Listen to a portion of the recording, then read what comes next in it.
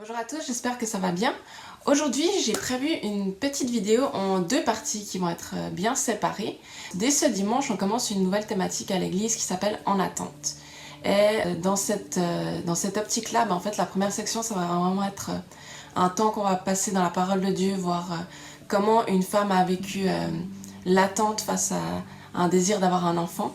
Et la deuxième partie, je vous ai préparé une capsule cuisine. Donc on va pouvoir faire une recette ensemble.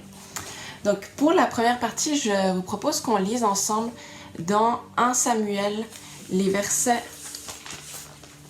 9, à partir du verset 9. Donc en fait, à chaque année, ils allaient à la maison de l'Éternel avec c'était Anne en fait qui allait avec son mari Elkana à la maison de l'Éternel. Puis là, on voit clairement en fait sa prière face à l'Éternel pour en fait, elle désirait avoir un enfant, puis ça ne fonctionnait pas, donc elle était stérile. Et en fait, là, on va vraiment voir ensemble cette prière qu'elle a faite devant Dieu. Donc, 1 Samuel, chapitre 1, verset 9. Anne se leva après que l'on eut mangé et bu à Silo. Le sacrificateur, Élie, était assis sur un siège près de l'un des poteaux du temple de l'Éternel. Et l'amertume dans l'âme, elle pria l'Éternel et versa des pleurs. Elle fit un vœu en disant : « Éternel des armées, si tu daignes regarder l'affliction de ta servante, si tu te souviens de moi et n'oublies point ta servante, et si tu donnes à ta servante un fils, je le consacrerai à l'Éternel pour tous les jours de sa vie. Et le rasoir ne passera point sur sa tête. » Comme elle restait longtemps en prière devant l'Éternel, Élie observa sa bouche. Anne parlait dans son cœur et ne faisait que remuer les lèvres, mais on n'entendait point sa voix. Élie pensa qu'elle était ivre.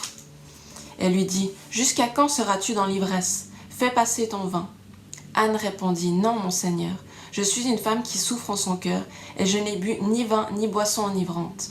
Mais je répandais mon âme devant l'Éternel. Ne prends pas ta servante pour une femme pervertie, car c'est l'excès de ma douleur et de mon chagrin qui m'a fait parler jusqu'à présent. » Élie reprit la parole et dit : « Va en paix, et que le Dieu d'Israël exauce la prière que tu lui as adressée. » Elle dit : « Que ta servante trouve grâce à tes yeux. » Et cette femme s'en alla. Elle mangea, et son visage ne fut plus le même. Ils se levèrent de bon matin, et après avoir adoré l'Éternel, ils s'en retournèrent et revinrent dans leur maison à Rama. Et on va lire un autre passage dans Luc 17, versets 11 à 19. Jésus, se rendant à Jérusalem, passait entre la Samarie et la Galilée. Comme il entrait dans un village, 10 lépreux vinrent à sa rencontre. Se tenant à distance, ils élevèrent la voix et dirent : « Jésus, Maître, aie pitié de nous. » Dès qu'il les eut vus, il leur dit : « Allez vous montrer au sacrificateur. » Et pendant qu'ils y allaient, il arriva qu'ils furent guéris. L'un d'eux, se voyant guéri, revint sur ses pas, glorifiant Dieu à haute voix. Il tomba sur sa face aux pieds de Jésus et lui rendit grâce. C'était un Samaritain. Jésus, prenant la parole, dit : « Les 10 n'ont-ils pas été guéris ? Et les 9 autres, où sont-ils ? Ne s'est-il trouvé que cet étranger pour revenir et donner gloire à Dieu ? » Puis il lui dit : « Lève-toi, va, ta foi t'a sauvé. » En fait, dans cette période d'attente, surtout par rapport à Anne, là, qui attendait patiemment d'avoir un enfant, qui priait Dieu, qui le suppliait, en fait, on voit même, je trouve ça beau, en fait, dans ce passage, on voit à quel point elle était triste, on parle même d'amertume. Donc elle vivait une période qui était vraiment difficile pour elle. Et on va voir par la suite que Dieu va répondre à sa prière. Elle va avoir un fils qu'elle va appeler Samuel, puis qu'elle va amener au sacrificateur Élie. Et je me demandais, en fait, nous, dans ces périodes d'attente, comment, en fait, on réagit, comment on est, en fait, face à Dieu. Est-ce que, quand on regarde, en fait, l'histoire des 10 lépreux, c'est pour ça que j'ai pris ces deux passages-là, l'histoire des 10 lépreux, ils n'ont même pas eu d'attente, en fait.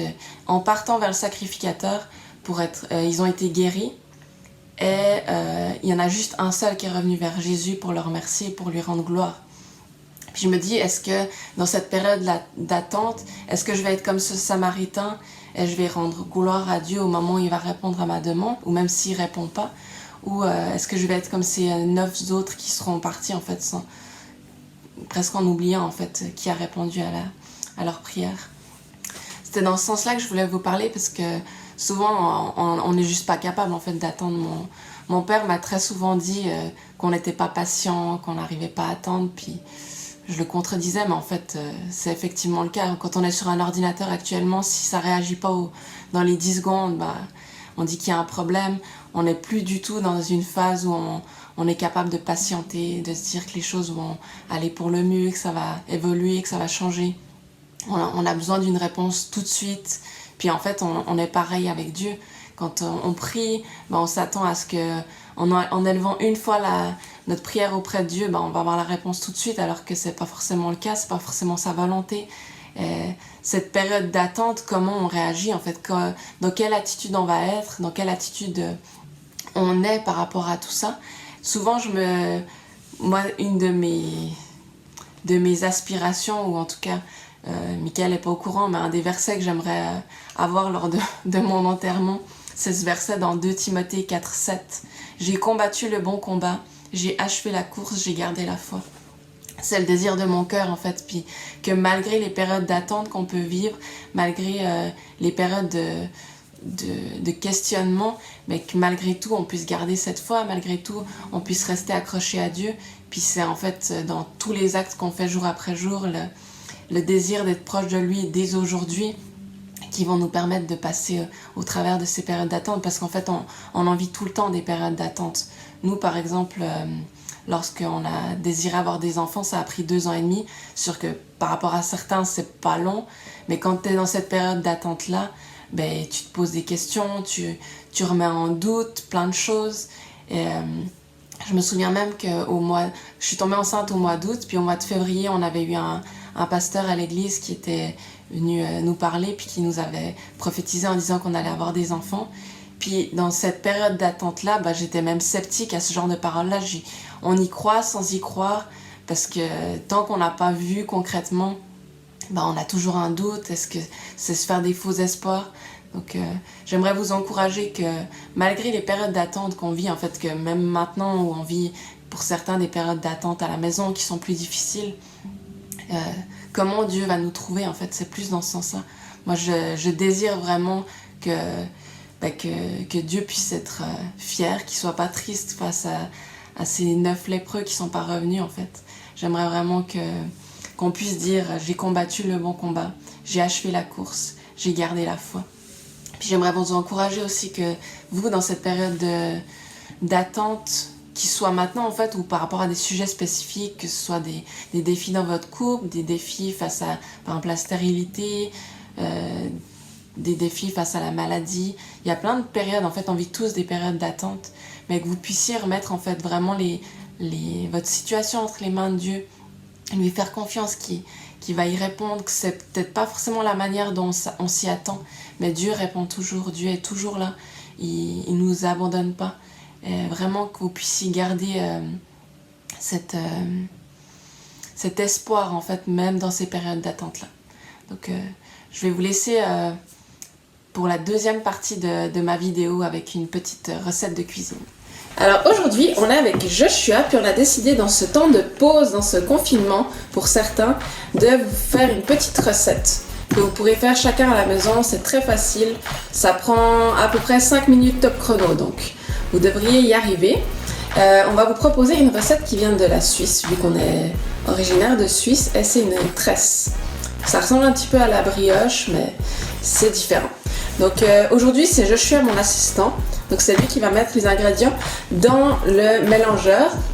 Si vous n'avez pas de mélangeur comme ça, il est également possible d'utiliser une machine à pain sans le faire cuire dedans, mais juste faire mélanger dans la machine à pain. Sinon, vous pouvez le faire à la main si vous avez envie de muscler les bras dans cette période de confinement. Ça va vous occuper quelques minutes. Donc on va commencer avec Joshua qui va mettre 500 g de farine. Beaucoup? On va tout mettre? Donc l'avantage de la cuisine, en général, c'est que quand on a un assistant, très rapidement, il y a un deuxième assistant qui vient pour nous aider, parce qu'ils aiment beaucoup faire ça avec moi. Donc on continue, nous avons mis les 500 g de farine. Après, nous allons mettre 3/4 de cuillère à soupe de sel.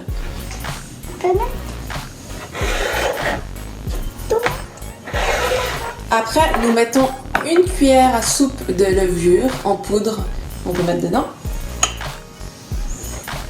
Puis nous pouvons mettre une cuillère à café de sucre. Tout. Puis on peut mélanger un petit peu. Pourquoi?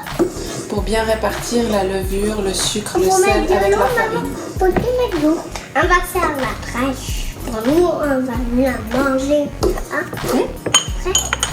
Mon Dieu, il faut mettre de l'eau. Là, on va pouvoir rajouter le beurre que nous avons mis à...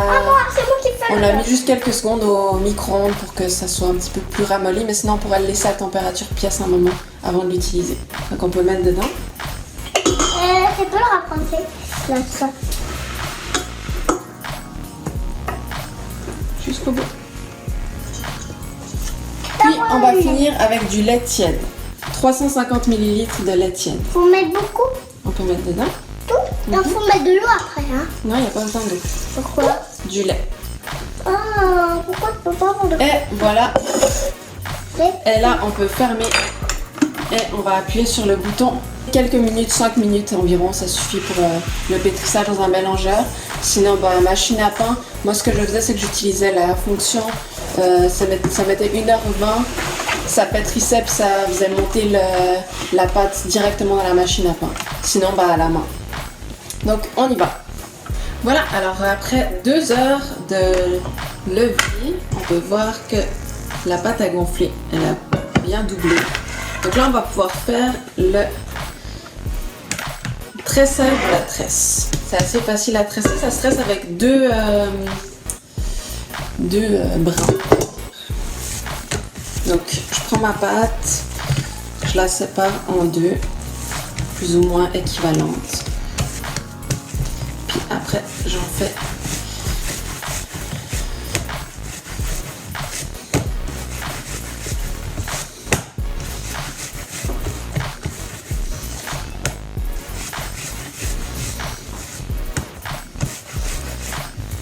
deux fois comme ça. Et la deuxième fois. Donc essayez de faire 2 fois plus ou moins la même grandeur, la même grosseur. Essayez que ce soit plus ou moins équivalent. Puis après, on va se mettre en croix. Pour vous expliquer comme il faut, je prends mon premier brin, je le pose comme ça. Mon deuxième, je le pose par-dessus, comme ça, en croix. Puis après, je reprends mes deux que je croise. Je reprends mes deux, je les croise. Je reprends mes deux, je croise. Je croise. Donc je continue jusqu'à ce que j'arrive quasiment au bout. Puis à la toute fin, je repasse en dessous. Ça passe joli. Donc ça donne quelque chose comme ça. Et après, juste après, on met la de cuisson. Et passer le jaune d'œuf dessus avec un pinceau. Puis après ça, en fait, une fois que c'est fait, on en met bien partout. On laisse encore reposer 30 minutes, puis on peut mettre déjà notre four à préchauffer à 390. Donc voilà, après 30 minutes, elle a nouveau gonflé. On peut nouveau rebadigeonner avec de l'œuf, bien partout.